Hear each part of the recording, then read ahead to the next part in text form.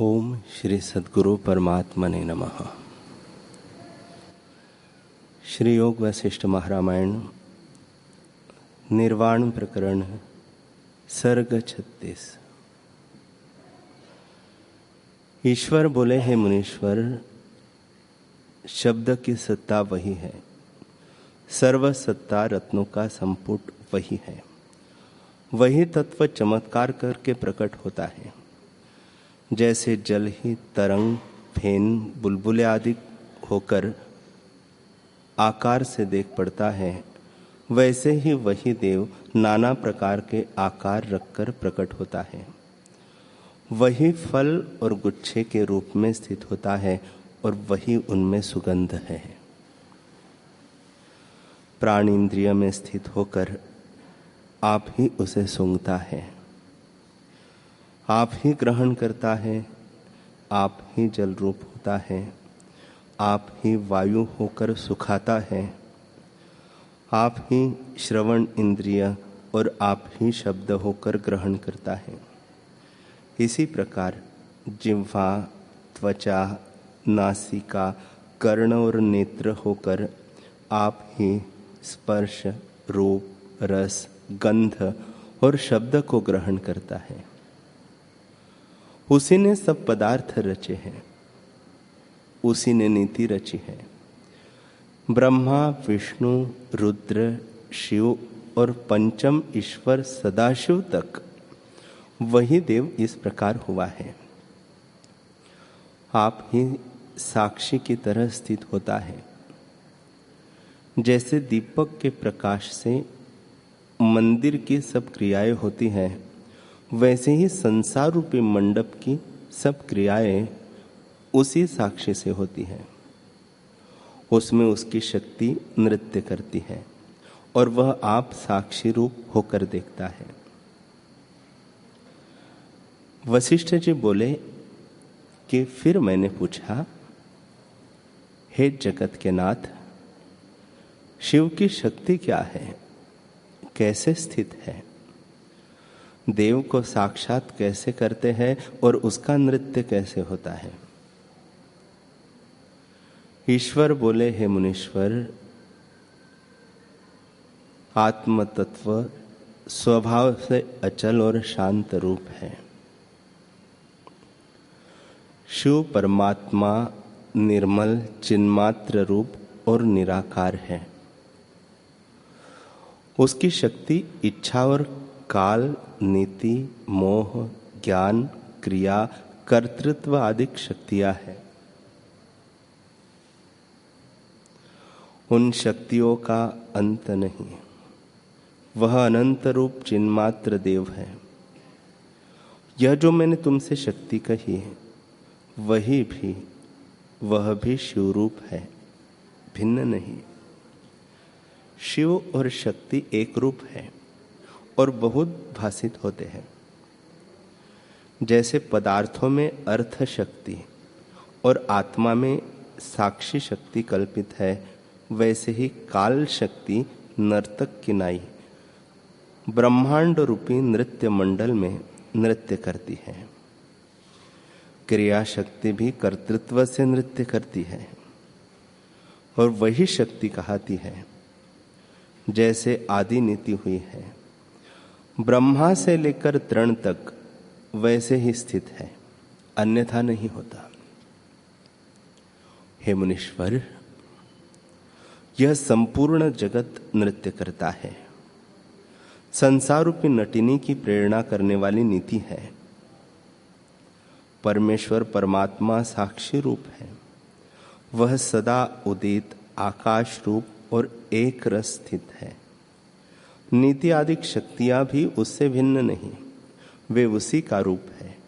इससे सब कुछ देव ही को जानो, द्वैत नहीं। ईश्वर बोले, हे मुनीश्वर, उसी एक देव परमात्मा की साधु संत भक्त पूजा करते हैं।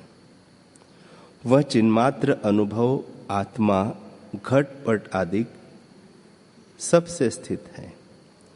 ब्रह्मा इंद्रादिक देवता और जीव सबके भीतर बाहर भी वही स्थित है। उस सर्वात्मा शांत रूप देव का पूजन दो प्रकार से होता है। उस इष्ट देव का पूजन ध्यान है और ध्यान ही पूजन है। जहां जहां मन जाए वहां वहां लक्ष्य रूप आत्मा का ध्यान करें।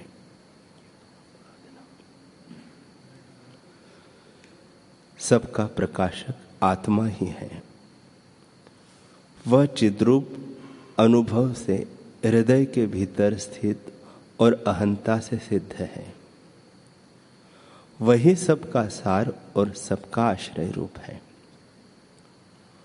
उसका जो विराट रूप है वह सुनो। वह अनंत है। परम आकाश उसकी ग्रीवा है। अनेक पाताल उसके चरण हैं। अनेक दिशाएं उसकी भुजा हैं। सब प्रकाश उसके शास्त्र है। हृदय कोश कोण में स्थित है। ब्रह्मांड समूह को परंपरा से वह प्रकाशित करता है। परमाकाश अपार रूप है। ब्रह्मा, विष्णु, रुद्र आदि देवता और जीव उसकी रोमावली है। त्रिलोकी में जो देह रूपी यंत्र है उसमें इच्छा आदि शक्ति रूप सूत्र व्याप्त है, जिससे सब चेष्टा करते हैं। वह देव एक भी है और अनंत भी है। सत्ता मात्र उसका स्वरूप है। सब जगत जाल उसका निवृत्त है। काल उसका द्वारपाल है और पर्वत आदि ब्रह्मांड जगत उसकी देह के किसी कोण में स्थित है। उस देव का चिंतन करो। उसके सहस्त्र चरण, सहस्त्र नेत्र, शीश, भुजा और भुजाओं के विभूषण हैं। सर्वत्र उसकी नासिका इंद्रिय है।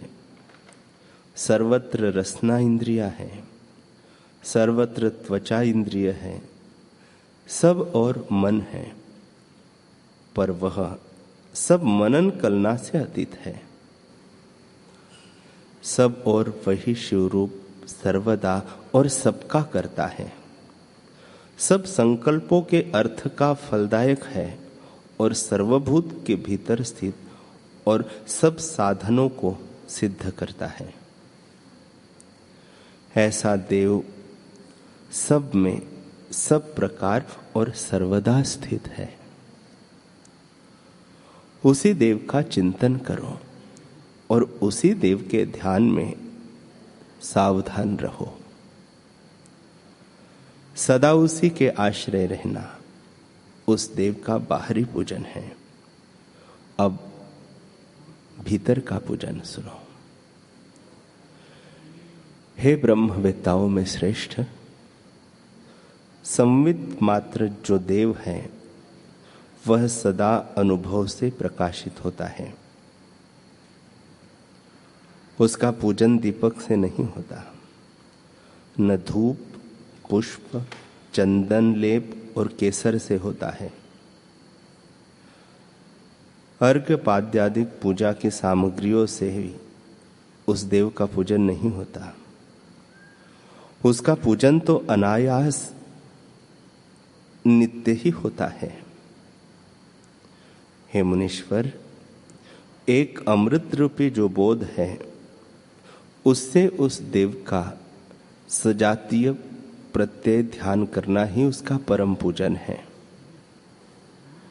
हे मुनीश्वर, शुद्ध चिन्मात्र देव अनुभव रूप है। उसका सर्वदा और सब प्रकार पूजन करो। अर्थात देखना, स्पर्श करना, सूंघना, सुनना, बोलना, देना, लेना, चलना, बैठना इत्यादि जो कुछ क्रियाएं हैं सब चैतन्य साक्षी में अर्पण करो और उसी के परायण बनो। इस प्रकार आत्मदेव का पूजन करो। हे मुनीश्वर, आत्मदेव का ध्यान करना ही धूप दीप है और पूजन की सब सामग्री भी वही है। ध्यान ही उस देव को प्रसन्न करता है और उससे परमानंद प्राप्त होता है, और किसी प्रकार से वह देव नहीं प्राप्त होता। हे मुनीश्वर, मूढ़ भी इस प्रकार ध्यान से उस ईश्वर की पूजा करे तो त्रयोदश निमेष में जगत दान के फल को पाता है। 17 निमेष के ध्यान से प्रभु को पूजे तो अश्वमेघ यज्ञ के फल को पाता है, और केवल ध्यान से आत्मा का 1 घड़ी पर्यंत पूजन करे तो राजसु यज्ञ के फल को पाता है। जो 2 पहर पर्यंत ध्यान करे तो लक्ष्य राजसु यज्ञ के फल को पाता है, और जो दिन भर ध्यान करे तो असंख्य अमित फल पाता है। हे मुनीश्वर, यह परम योग है, यही परम क्रिया है और यही परम प्रयोजन है। हे मुनीश्वर, दोनों पूजाएं मैंने तुमसे कही। जो ये परम पूजा करता है वह परम पद को पाता है। उसको सब देवता नमस्कार करते हैं और वह पुरुष सबका पूजनीय होता है।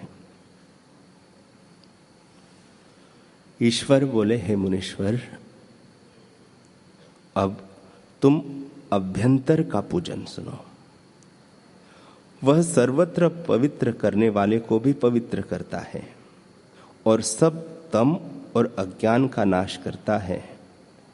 मैं वह आत्म पूजन तुमसे कहता हूं, जो सब प्रकार से सर्वदा होता है और व्यवधान कभी नहीं पड़ता। चलते बैठते जागते सोते सब व्यवहारों में नित्य ध्यान में रहता है। हे मुनीश्वर, इस संसार में संवित रूप चिन्मात्र नित्य स्थित है, उसका पूजन करो। जो सब प्रत्ययों का कर्ता और सदा अनुभव से प्रकाशित होता है, उसका अपने में आप पूजन करो। उठते चलते खाते पीते जो कुछ बाहर के लिए त्याग ग्रहण और भोग है, सबको करते रहते भी उस देव की पूजा करो। हे मुनीश्वर, शरीर में शिवलिंग चिन्ह से रहित बोध रूप देव है। यथा प्राप्त में सम रहना उस देव का पूजन है। यथा प्राप्ति के संभाव में स्नान करके शुद्ध होकर बोध रूप लिंग का पूजन करो। जो कुछ प्राप्त हो उसमें राग द्वेष से रहित होना और सर्वदा साक्षी रूप अनुभव में स्थित रहना ही उसका पूजन है। हे मुनीश्वर, सूर्य के भुवन आकाश में वही सूर्य होकर प्रकाश करता है और चंद्रमा के भुवन में चंद्रमा होकर स्थित होता है।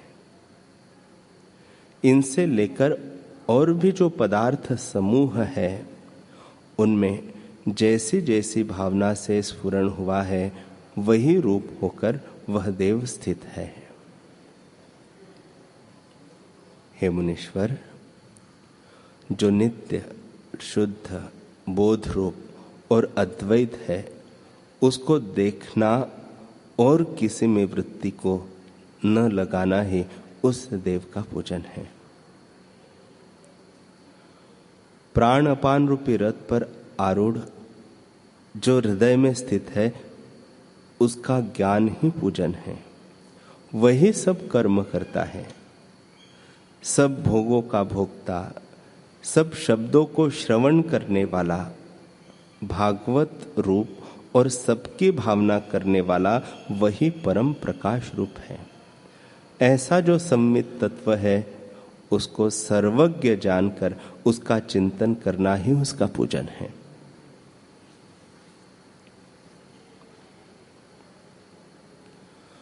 वह देव सब देहों में स्थित है तो भी आकाश सा निर्लिप्त निर्मल है। वह जाता भी है और नहीं जाता, प्राण रूपी आलय में प्रकाशित है। हृदय, कंठ, तालु, जिह्वा, नासिका और पीठ में व्यापक है। शब्द आदि विषयों को करता और मन का प्रेरक है।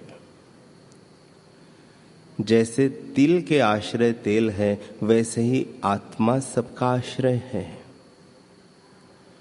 वह कलना रूपी कलंक से रहित और कलनाओं से संयुक्त भी है। संपूर्ण देहों में वही एक देव व्याप रहा है।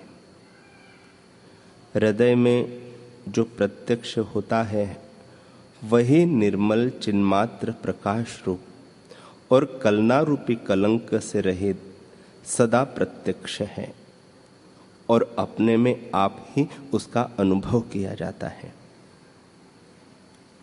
सर्वदा सब पदार्थों का प्रकाशक प्रत्यक चैतन्य जो आत्म तत्व अपने हृदय में स्थित है वही अपने फुरने से शीघ्र ही द्वैत की तरह हो जाता है। हे मुनीश्वर, कुछ साकार रूप जगत देख पड़ता है सो सब विराट आत्मा है। इससे अपने में इस प्रकार विराट की भावना करो कि यह संपूर्ण ब्रह्मांड मेरी देह है। हाथ, पांव, नख, केश है। मैं ही प्रकाश रूप एक देव हूं। नीति, इच्छादिक मेरी शक्ति है। सब मेरी ही उपासना करते हैं। जैसे स्त्री श्रेष्ठ भर्ता की सेवा करती है वैसे ही शक्ति मेरी उपासना करती है। मन मेरा द्वारपाल है जो त्रिलोकी का निवेदन करने वाला है। चिंतन मेरा आने जाने वाला प्रतिहारी है। नाना प्रकार के ज्ञान मेरे अंग के भूषण हैं। कर्म इंद्रियां मेरे द्वार और ज्ञान इंद्रियां मेरे गण हैं। ऐसा मैं एक अनंत आत्मा, अखंड रूप, भेद से रहित, अपने आप में स्थित परिपूर्ण हूं। हे मुनीश्वर, इसी भावना से जो एक देव की पूजा करता है वह परमात्मा देव को प्राप्त होता है। दीनता आदि उसके सब क्लेश नष्ट हो जाते हैं। उसे अनिष्ट की प्राप्ति में शोक और इष्ट की प्राप्ति में हर्ष नहीं उपजता। न तोष होता है और न कोप होता है। विषय की प्राप्ति से वह तृप्ति नहीं मानता और न इसके वियोग से खेद ही मानता है। न अप्राप्य की वांछा करता है, न प्राप्य के त्याग की इच्छा करता है। सब पदार्थों में उसका संभाव रहता है। ऐसा पुरुष उस देव का परम उपासक है। ग्रहण त्याग न करना, सब में तुल्य रहना और भेदभाव को प्राप्त न होना ही उस देव का उत्तम अर्चन है। हे मुनीश्वर, मैंने चैतन्य तत्व देव तुमसे यह कहा। वह सब देहों में स्थित है। जो वस्तु प्राप्त हो उसका अर्चन करके उसी के आगे रखना। सबके साक्षी आत्मा को देखना किसी से खिन्न न होना, उसमें अहम प्रतीति रखकर भिन्न दृश्य की भावना न करना ही उस देव की अर्चना है। हे मुनीश्वर, जो कुछ प्राप्त हो उसमें यत्न बिना समदर्शी रहना, और भक्ष्य भोज्य लेह्य चोष्य भोजन जो प्राप्त हो उसे देव के आगे रख के उसमें ग्रहण त्याग की बुद्धि न करना, यही उस देव का पूजन है। सब पदार्थों की प्राप्ति में देव की पूजा करने से अनिष्ट भी ठीक हो जाता है। मृत्यु आवे तो वह देव की पूजा, जन्म हो तो वह देव की पूजा, दरिद्र आवे तो वह देव की पूजा, राग प्राप्त हो तो वह देव की पूजा। नाना प्रकार की विचित्र चेष्टाएं सब देव के आगे पुष्पांजलि चढ़ाना है। राग द्वेष में सम रहना ही उस देव की पूजा है। संतों के हृदय में रहने वाली मैत्री अर्थात संपूर्ण विश्व का मित्र होना भी उस देव का पूजन है। भोग त्याग राग से जो कुछ प्राप्त हो उससे भी उस देव का पूजन करो। जो नष्ट हुआ सो हुआ और जो प्राप्त हुआ सो हुआ, दोनों में निर्विकार रहकर उससे उस देव का अर्चन करो। ये भोग आपात रमणीय है, होते भी है और नष्ट भी हो जाते हैं। इनकी इच्छा न करना, सदा संतुष्ट रहना। जैसे जो आकार प्राप्त हो उसमें राग द्वेष से रहित होना भी उस देव का अर्चन है। हे मुनीश्वर, जो कुछ प्रारब्ध से प्राप्त हो उससे आत्मा का अर्चन करो। इच्छा अनिच्छा को त्याग कर जो प्राप्त हो उससे उस देव का अर्चन करो। हे मुनीश्वर, ज्ञानवान न किसी की इच्छा करता है और न त्याग करता है। जो अनिच्छित अनायास प्राप्त हो उसको भोगता है। जैसे समुद्र में नदी जा मिलती है पर वह उससे न कुछ हर्ष मानता है न शोक करता है, वैसा भी ज्ञानवान इष्ट अनिष्ट की प्राप्ति में राग द्वेष से रहित यथा प्राप्त भोगता है। वह भी उस देव का पूजन है। देश काल क्रिया शुभ अथवा अशुभ जो प्राप्त हो उसमें संरक्षण विकार को प्राप्त न होना उस देव की अर्चना है। यदि द्रव्य अनर्थ रूप हो तो भी समत्व रस मिला होने से वह अमृत हो जाता है। जैसे षड रसों के स्वाद शक्कर से मिलकर मधुर हो जाते हैं, वैसे ही अनर्थ रूपी रस समत्व रस से मिलकर अमृत हो जाते हैं। समदर्शी को उससे खेद नहीं होता, वे अनंत रूप हो जाते हैं। चंद्रमा की नाई सब भावना अमृतमय हो जाती है। जैसे आकाश निर्लेप है वैसे ही समत्व भाव पाकर चित्त राग द्वेष से रहित निर्मल हो जाता है।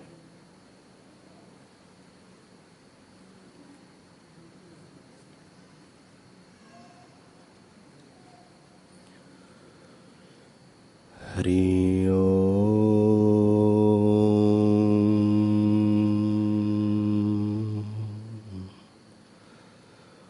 हरि ओम।